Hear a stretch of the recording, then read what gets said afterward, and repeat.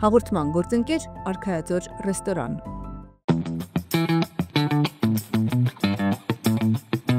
Սիրով բոլորին հրավիրում ենք նոր Արքայաձոր ռեստորանային համալիրի փակսրահ վայելելու ամենօրյա շոու ծրագրերը եւ համեղ խոհանոց։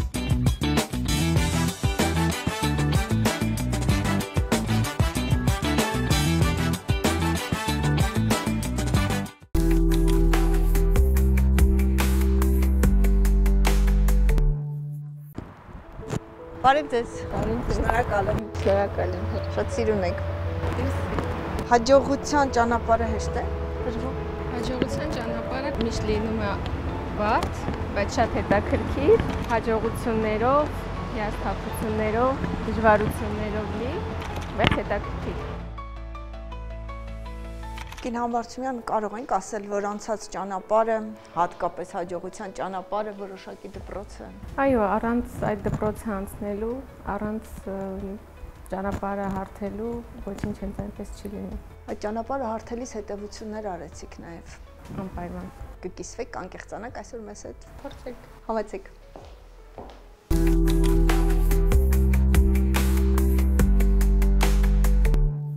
Անպտղություն ունեցող զույգերի պետական ծրագիրն այսօր իրականություն է դարձնում շատ մարդկանց բաղձալի երազանքը։ Իսկ այդ երազանքի իրականացման բանալիներից մեկն էլ պտղաբերության կենտրոնում է։ Կենտրոնի փոխտնօրեն Տաթևիկ Համբարձումյանն է այսօր մեր հյուրը, իր հետ ենք խոսելու անցած ճանապարհի, հաջողության ճանապարհի մասին։ Բարև ձեզ եւ շնորհակալ եմ մեր ժամանակ հատկացնելու համար։ Բարև ձեզ, շնորհակալ եմ հրավերի համար։ Հաջողության ճանապարհը հեշտ չի տրվում։ Թե հեշտ է տրվել ձեզ։ Հաջողության ճանապարհը կարծում եմ հեշտ չի տրվում ոչ մեկի համար։ Դա շատ հետաքրքիր, միևնույն ժամանակ շատ բարդ, լի տարբեր հիասթափություններով, տարբեր դժվարություններով, բայց այն հետաքրքիր եւ լավ ճանապարհ է։ Այո, որ պետք է յուրաքանչյուրն անցնի։ Այո։ Կարող ենք արդյոք ասել, որ հաջողության ճանապարհի բանալիներից մեկն էլ թերևս մանկությունում է։ Այնտեղից ենք ստանում, այնտեղից ենք վերցնում։ Այսպես եղավ նաև ձեր դեպքում։ Կարծում եմ յուրաքանչյուր երազանք, յուրաքանչյուր նպատակ ձևավորվում է հենց մանկության տարիներին, մանկության ձևավորման փուլում, ինչը եւ եղավ այո իմ հետ, երբ ես մանկուց երազում էի պարզապես դառնալ բժշկուհի։ Եվ նույնիսկ առանց մտածելու երկար ու բարակ գնացի այդ ուղղությամբ, չունենալով տանը մասնագիտության բժիշկներ, չունենալով տարբեր խորհուրդներ, Սակայն եղան ճակատագրական հանդիպում։ եղան ճակատագրական այո հանդիպում։ Դուք ընտրեցիք ստամատոլոգ դառնալու բարդ ու պատասխանատու պատվաբեր ճանապարհը։ Կարող ենք ասել, որ այդ ճանապարհին ճակատագրական հանդիպումներ, դիպվածներ եղան։ Այո, հենց այդ ճանապարհին եղավ այն ինչ եղավ, որի մասին ես քիչ անց կպատմեմ, ընտրելով, որոշելով դառնալ բժշկուհի, հայրիկիս խորհրդով որոշեցի հենց դիմել Երևանի պետական բժշկական համալսարան ստոմատոլոգիական ֆակուլտետ, որովհետև այդ ժամանակ այդ տարիներին դա շատ արդի, շատ պոպուլյար մասնագիտություն էր, որովհետև ինձ միշտ նշում էր, որ ես ուզում եի ընդունվել ընդհանուր բժշկության ֆակուլտետ, այնուհետև կորոշեի, թե այդ ճյուղերից մասնագիտություններից որն է, բայց նա էլ չլինելով բժիշկ, որոշակի նյուանսներին շատ ավելի մանրամասն տեղյակ չլինելու պատճառով ինձ միշտ ասում էր, որ կարող է ամուսնանաս եւ ամուսինը չլինի բժիշկ, գիշերային հերթապահություններ, տարբեր ճյուղեր, որ ընտրես, կարող է լավ չհասկանա քեզ, դու ընդհատես կամ չշարունակես քո բժշկի կարիերան, ընտրի ստոմ ֆակուլտետը, որովհետեւ այնտեղ թվում էր, թե շատ ավելի հեշտ է, շատ ավելի պարզ է եւ գիշերային այդպես հերթապահություններ, դժվարությունները շատ ավելի քիչ են։ Ընտրվելով այդ ֆակուլտետ 2003 թվականին ծանոթացա արդեն ապագա իմ ամուսնուն, որը եւ եղավ իմ ուղեկիցը իմ երկուսիս միասին անցնելու այս հետաքրքիր ճանապարհը։ Ձեր ամուսինը եւս մասնագիտությամբ ստամատոլոգ է։ Այո, մասնագիտությամբ ստամատոլոգ էր, հետո մենք տարիներ անց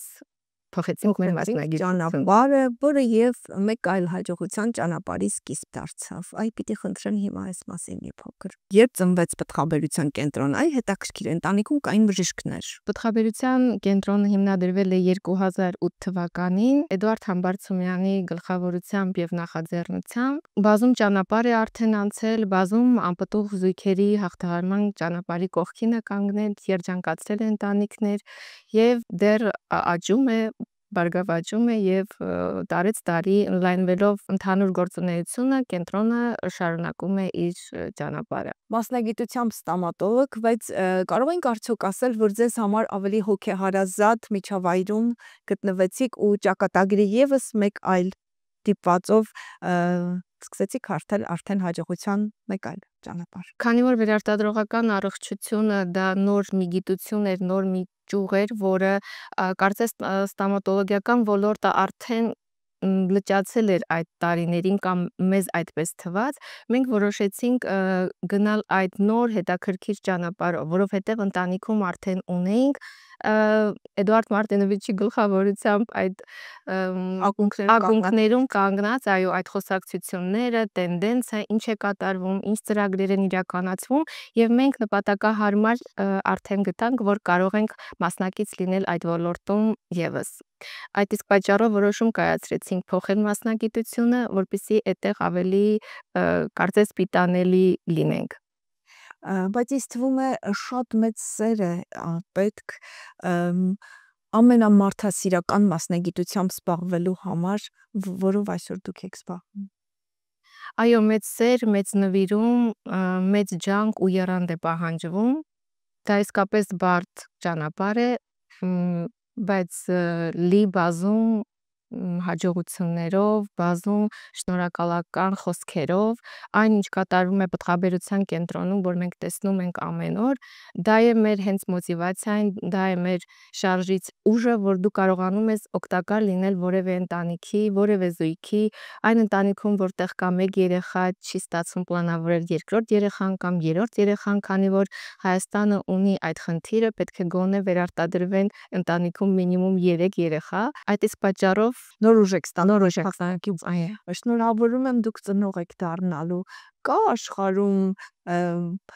համազոր, հավասարազոր նախադասություն այս նախադասություն հետ եւ յուրաքանչյուր անգամ երբ արտաբերում եք սա, ինչ զգացողից։ Քանի որ այդ նախադասությունը ես արդեն 3 անգամ զգացել եմ, շատ լավ հասկանում եմ դա ինչ է նշանակում եւ կրկնակի պատկերացնում եմ այն դժվարությունները եւ տեսնում եմ այն դժվարությունները, այն հոգեբանական ծանր ապրումները այն զույգերի դեպքում, երբ որ չի ստացվում հղիություն եւ որոշակի ճանապարհ անցնելով, այո, հոգեբանական, այո,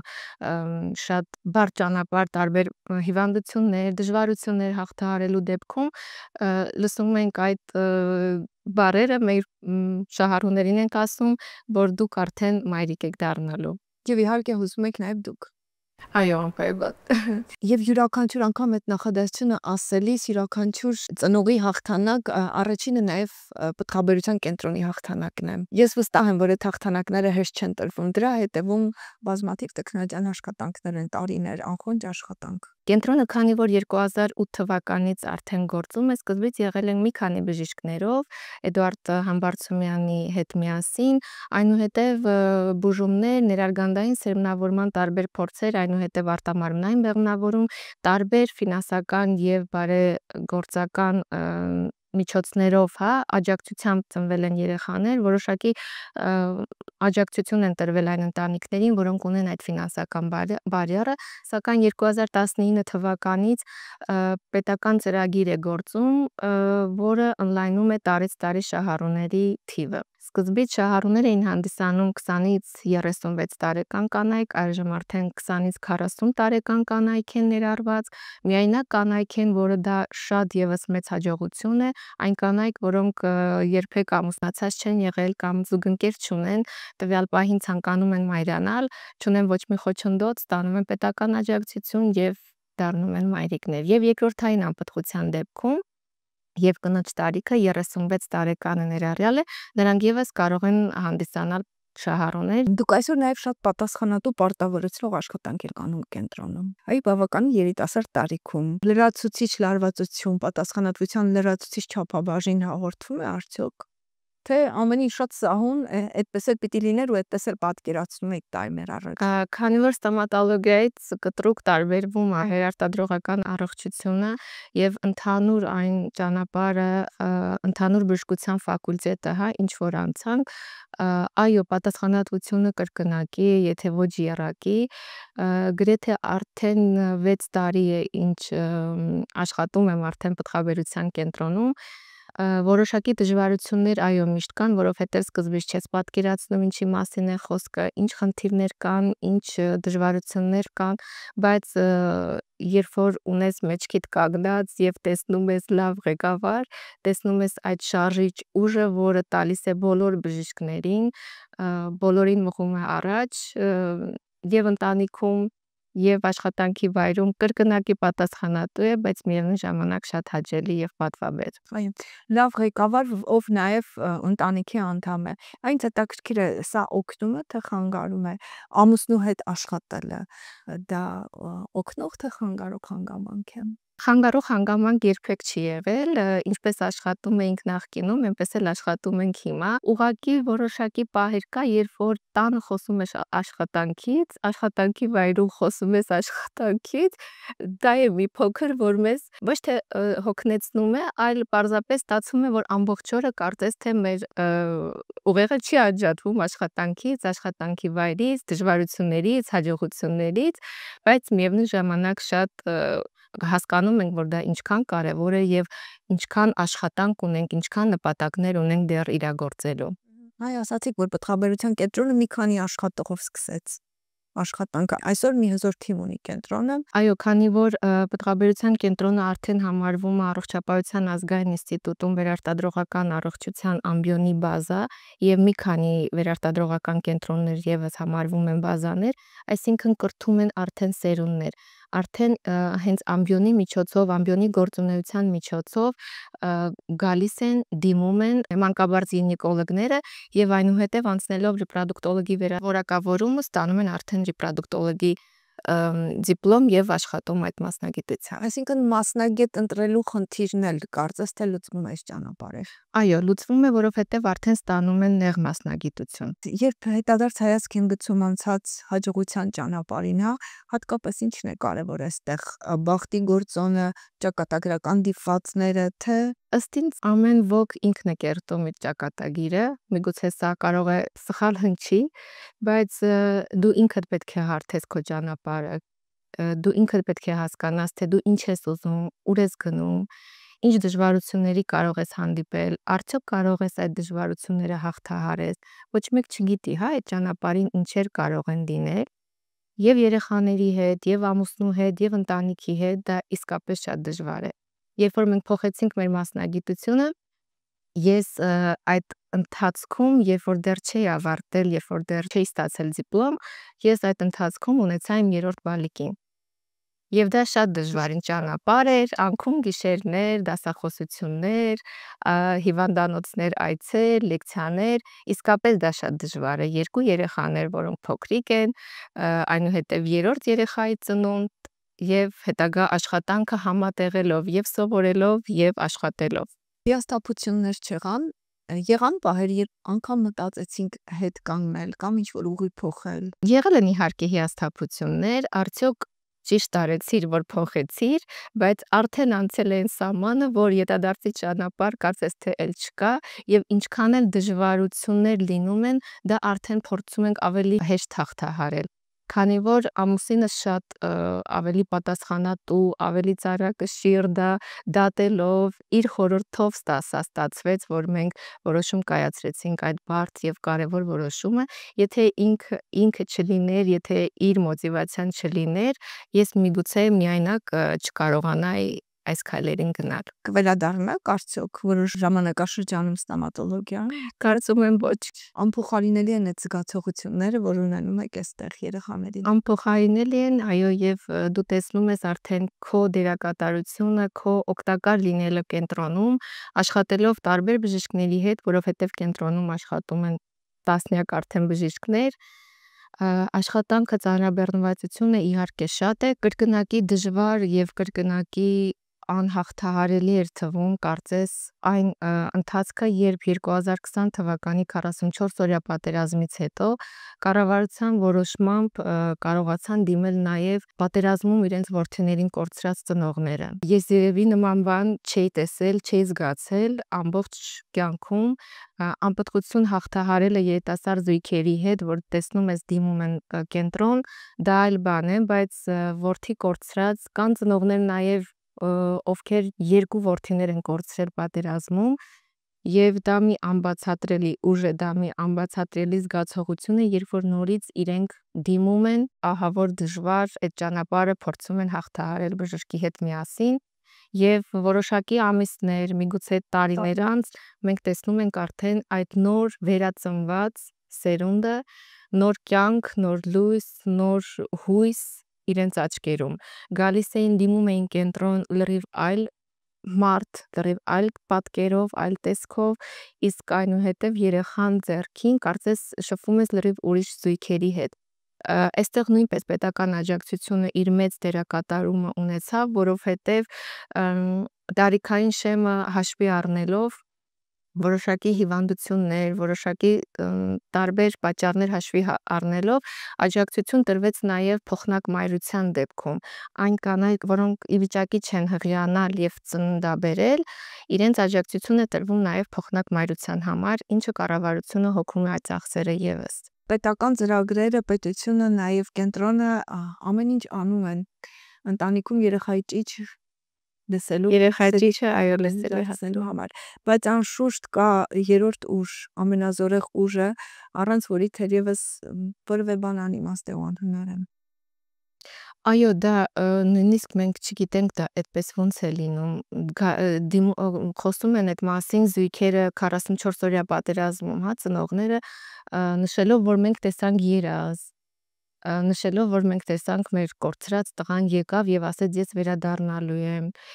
սա շատ դժվարին, սա շատ հուզալի ճանապարհ է, որը բժիշկները եւ հենց Էդուարդ Մարտինովիչը հաղթահարում են եւ մինչ օրս կան զույգեր, որոնք նոր են դիմում եւ փորձում են կրկին զգալ այդ բերկրանքը մայրության ծնող դառնալու։ Տիկին Համբարձումյան շատ բարդ ու պատասխանատու ճանապարհ ու մասնագիտություն եք ընտրել։ Ինչ եք կարծում, այստեղ ինչ հատկանիշներ պիտի ունենա մարդ, որ այդ հուզական, պատասխանատու, շատ բարդ ճանապարհը կարողանա հաղթահարել։ Պետք է լինել շատ բարի, պետք է լինել շատ կամեցող, բարյացակամ եւ ամենամեծ առաքինությունը դա երևի համբերատարությունն է։ Փորձել քեզ դնել դիմացինի կարգավիճակում եւ հասկանալ, այ ինչ կուզեիր դու զգայր այդ ժամանակ, այդ ճանապարհին, ինչ կուզեին քեզ ասել։ Եվ որոշակի հարցերում այո պետք է լինել շատ զգաստ, շատ զգոն, որպեսզի հենց այդ ճանապարհը ինչքան դժվար է պացիենտի համար, բայց նա պետք է չտեսնի դա բժշկի մեջ։ Կարող եմ արդյոք ենթադրել, որ հաջողությամբ ձեր բանաձևը հիմա ասացիք։ Հաջողության բանաձևը կարծում եմ դա աշխատասիրությունն է, կարգապահությունը եւ միշտ առաջ գնալու, առաջ ձգտելու, հետաքրքիր նոր բաներ ուսումնասիրելու մեջ է։ Ձեր զավակները կշարունակեն եւ ինչպես դուք այդ որոշումը կընդունեք, եթե որոշեն այս բարդ ուղին շարունակել։ Հպարտությամբ կողջունեմ եւ իհարկե չեմ ստիպի, բայց նաեւ եթե կընտրեն շատ ուրախ կլինեմ։ Տիկին Համբարձումյան, ովքեր կարող են դիմել պտղաբերության կենտրոն։ Անպտղության ծրագրի շրջանակներում 20-ից մինչև 42 տարեկան կանայք են, երկրորդային անպտղության դեպքում 20-ից 36 տարեկան կանայք։ Ունենք վիճակագրություն, խնդիրը երիտասարդների մոտ է ավելի բարձր ցուցանիշ, թե Երիտասարդների մոտ այո եւս բարձր ցուցանիշներում է գտնվում, հիմնականում 30-ից 35 տարեկան այդ շեմն է լինում, 35, 36 եւ 40-ից բարձր արդեն գիտենք, որ դա վերարտադրողական բարձր տարիքն է, բայց տարբեր են խնդիրները տարբեր տարիքային խմբերում։ Չհուսահատվել եւ ամեն ինչ նորից զրոյից սկսել։ Կարծում եմ սա կարևոր սկզբունք է, որը մենք պարտավոր ենք պահպանել կյանքում, իսկ այս դեպքում առավել եւս։ Բոլոր տարիքային խմբերում մենք ասում ենք +1 երեխա ամեն տարի գոնե։ Այն ընտանիքներում, որտեղ կան 1 երեխա, այդ տարի գոնե +1-ը, 2 երեխայի դեպքում էլի +1-ը, այո, պետք չէ այդ ճանապարհին հուսահատվել, պետք չէ ընկճվել, պետք է ուղղակի շարժվել առաջ եւ որքան հնարավոր է շատ բալիկներ ունենալ։ Այո, եւ այն ընտանիքները, որոնք սպասում են այդ բաղձալի նախադասությանը, անպայման լսեն, դուք ծնող եք դառնալու արտահայտեց։ Այո։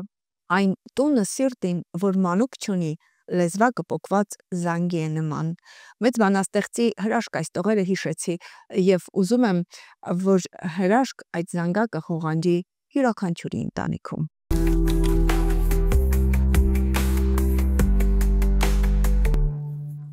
Հաղորդման գործընկեր Արքայաձոր ռեստորան։